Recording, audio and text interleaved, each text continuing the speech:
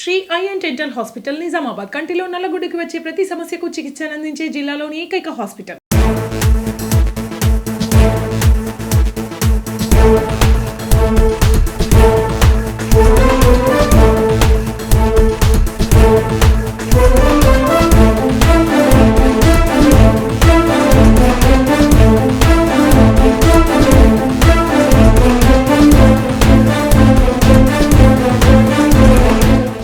నమస్తే, welcome to Suman TV. మనకి jail అంటేనే నరకప్రాయం, జైలు తిండి అంటే భయం, జైల్లోకి వెళ్ళాలి అంటే ఒక వణుకు. ఇవన్నీ మనం సినిమాల్లో కానీ బయట ఎక్స్పీరియన్స్ కానీ వినుంటాం, చూసుంటాం. అయితే కట్టుదిట్టమైన భద్రతా ఏర్పాట్లు జైళ్ళల్లో ఉంటాయి.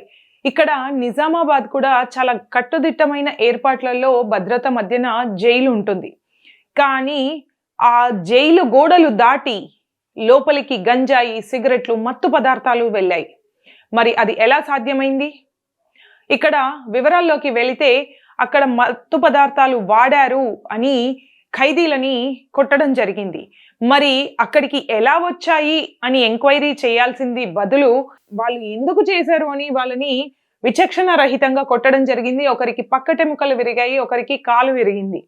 అయితే అక్కడ ఉన్న అధికారులు ఒకరోజు జైలు క్లీన్ చేయిస్తున్న సమయంలో వాళ్ళకి ఈ కొంచెం ఓపెన్ చేసిన గంజాయి ప్యాకెట్, సిగరెట్లు, మత్తు పదార్థాలు ఇంకా దొరికాయంట. మరి ఎక్కడి నుంచి దొరికాయి? వాళ్ళు గుట్టు చప్పుడు కాకుండా వాటిని దాచిపెట్టుకొని వాడడం జరిగింది. వాడిన విషయం తెలుసుకున్న అధికారులు నువ్వెలా వాడావు అని అడగాల్సింది, ఎంక్వైరీ చేయాల్సింది బదులు వాళ్ళని ప్రశ్నించి కొట్టడం జరిగింది. అయితే వీరిని, ఈ ఖైదీలని న్యాయమూర్తి ఎదుట హాజరుపరచడం జరిగింది. అక్కడ విచారణలో తేలింది ఏంటి అంటే అక్కడ వాళ్ళకు దొరికినాయని. విచారణలో వాళ్ళు జరిగిందంతా చెప్పడం జరిగింది.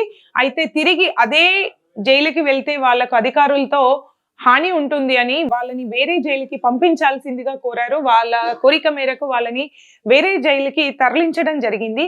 ఇక్కడ ఒకటే ప్రశ్నార్థకంగా ఉంది, జైల్లోకి ఈ మత్తు పదార్థాలు ఎలా వెళ్ళాయి, ఎవరి సహాయం వల్ల వెళ్ళాయి, మరి ఎవరి సహాయం లేకుండా అట్లాంటి కట్టుదిట్టమైన నిఘా మధ్యలోకి ఈ మత్తు పదార్థాలు ఎలా చేరాయి అని ప్రజలు అనుకుంటున్నారు.